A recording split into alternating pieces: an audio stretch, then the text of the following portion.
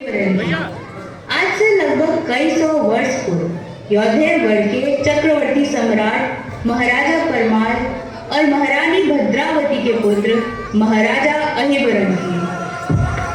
यौधेयगढ़ के सम्राट न्यायप्रिय महाराज मनगता और महाराज अग्रसेन की वंशावली में आने वाले सूर्यवंश के महाराज अहिबरन पधार रहे हैं।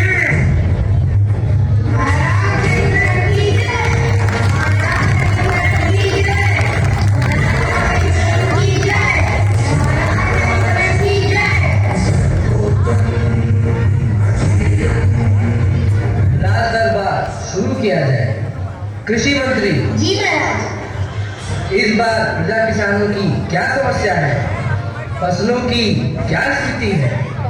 महाराज, कुल देवी की कृपा से इस बार किसानों की फसल अच्छी हुई है और हमने उनकी अनाज की अच्छी कीमत दी है। अप्रतिम, अद्भुत। सुख तभी सच्चा है जब न्याय सबके लिए समान हो। वाणिज्य मंत्री जी महाराज। प्रजा पर कर का क्या आधार है? कोई समस्या तो नहीं? नहीं महाराज, इस बार प्रजा पर कर का बोझ कम हुआ है। सारे व्यापारी इसका लाभ ले रहे हैं और अगल बगल के राज्य से हमारा व्यापार और अच्छा हुआ है। महाराज, आपकी नीति से राज्य समृद्ध है। मुझे इसका पूरा हिसाब लिखित में चाहिए। वैसे आपकी बातों से मुझे अत्यंत प्रसन्नता हुई। जब राज्य का धन प्रजा से आता है तो उसका भार भी प्रजा के अनुसार होना चाहिए। रक्षा मंत्री जी महाराज। हमारी राज्य सीमाओं की क्या स्थिति है? सैन्य बल की क्या सूचना है? महाराज, हमारी सैन्य बल और मजबूत हुई है। हमारी सीमाएं बिल्कुल सुरक्षित है। शत्रु हमसे सामने से नहीं लड़ सकते हैं। अगर हमारे राज्य में एकता रहे तो हम कभी पराजित नहीं होंगे। अद्भुत। मुझे आपसे इसी उत्तर की आकांक्षा थी। सुखी भव। महाराज, कुल देवी की पूजा निकट आ रही है। आप हर वर्ष कुल देवी की पूजा धूमधाम से करते हैं। जी राजगुरु। गृह मंत्री जी महाराज। कुल देवी की पूजा की भव्य तैयारियां की जाए। महाराज, आप निश्चित रहें, कुल देवी की पूजा की हम भव्य तैयारी करेंगे। पूरी प्रजा इस पूजा की प्रतीक्षा करती है। महाराज, महाराज, महाराज, महाराज, महाराज, महाराज, महाराज, महाराज, शत्रुओं ने बिना किसी सूचना के हमारे ऊपर धोखे से आक्रमण कर दिया है। हमें तुरंत युद्ध का आदेश देना होगा। राज्य संकट में है। मैं जानता हूँ, हर युद्ध तलवार से नहीं जीता जाता। यदि हर पीढ़ी युद्ध में जले तो सभ्यता कैसे बचेगी? गृह मंत्री जी महाराज। तुरंत राज्य की पूरी प्रजा को यहाँ से निकालकर सुरक्षित स्थान पर पलायन किया जाए। उन्हें बुलंद राज्य की ओर भेजता हूँ महाराज। वो हमारी प्रजा के लिए सबसे सुरक्षित स्थान है। सेनाध्यक्ष जी महाराज। तुरंत सभी सैनिकों के साथ युद्ध में चलिए। हमें प्रजा की रक्षा करनी है।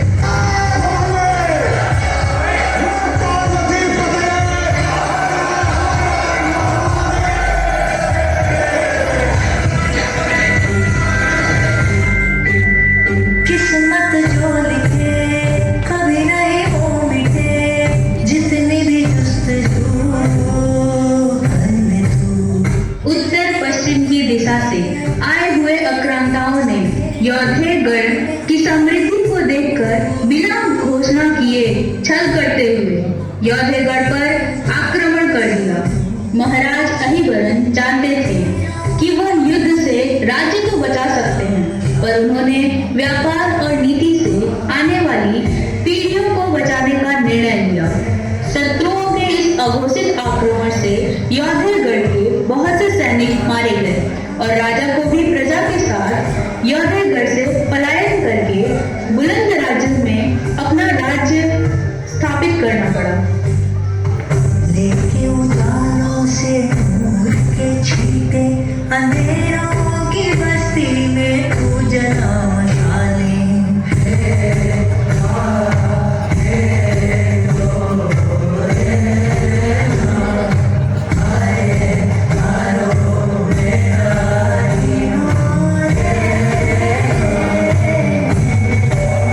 अब आप बरन शहर में महाराज अहिबरन का नया दरबार देख सकते हैं। सुखी भवा महाराज, हर वर्ष हम अपनी मातृभूमि पर कुल देवी की पूजा कर रहे थे। इस बार तो हम मातृभूमि से दूर हैं। मातृभूमि पर नहीं है, लेकिन हम कर्मभूमि पर हैं और हम कुल देवी की पूजा अवश्य करेंगे। गृह मंत्री, जी महाराज। कुल देवी के पूजा की तैयारियां की जाए।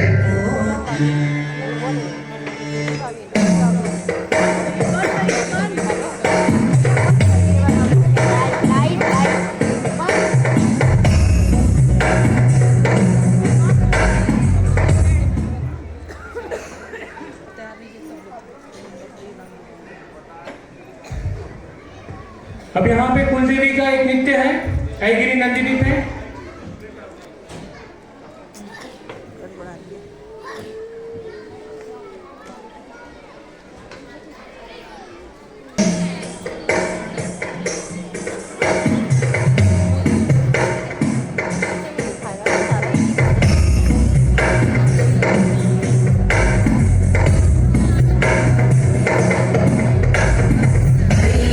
नंदिनी नंदिता मेदिनी विश्वविख्याता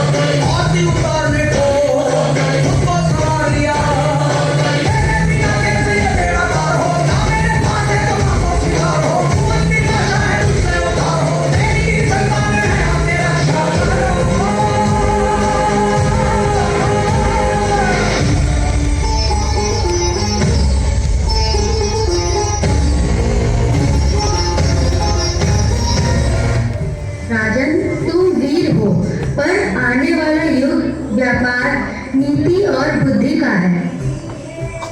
अच्छा माँ, तो क्या हमें अपना मार्ग बदलना होगा?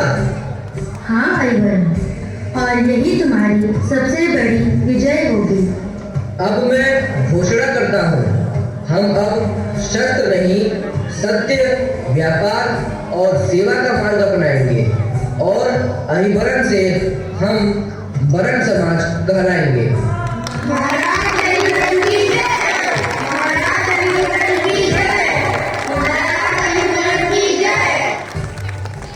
आक्रमण ने राजा को नहीं तोड़ा, उसने एक नया समाज कर दिया। यही है महाराज अहिवरण, जो युद्ध जीत सकते थे पर उन्होंने सभ्यता की जीत चुनी। हमारा धर्म ही हमारा शासन है।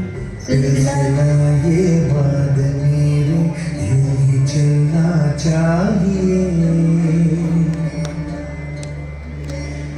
मैं रहूं या ना रहूं, भारत ही रहना चाहिए।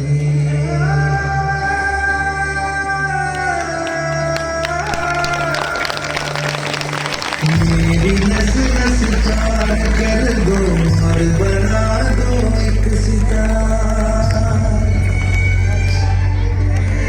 राग भारत मुझ पे छेड़ो, झंझनाओ बार बार। देश से ये प्रेम आँखों से छलकना चाहिए। मैं रहूं या ना रहूं, भारत ही रहना चाहिए।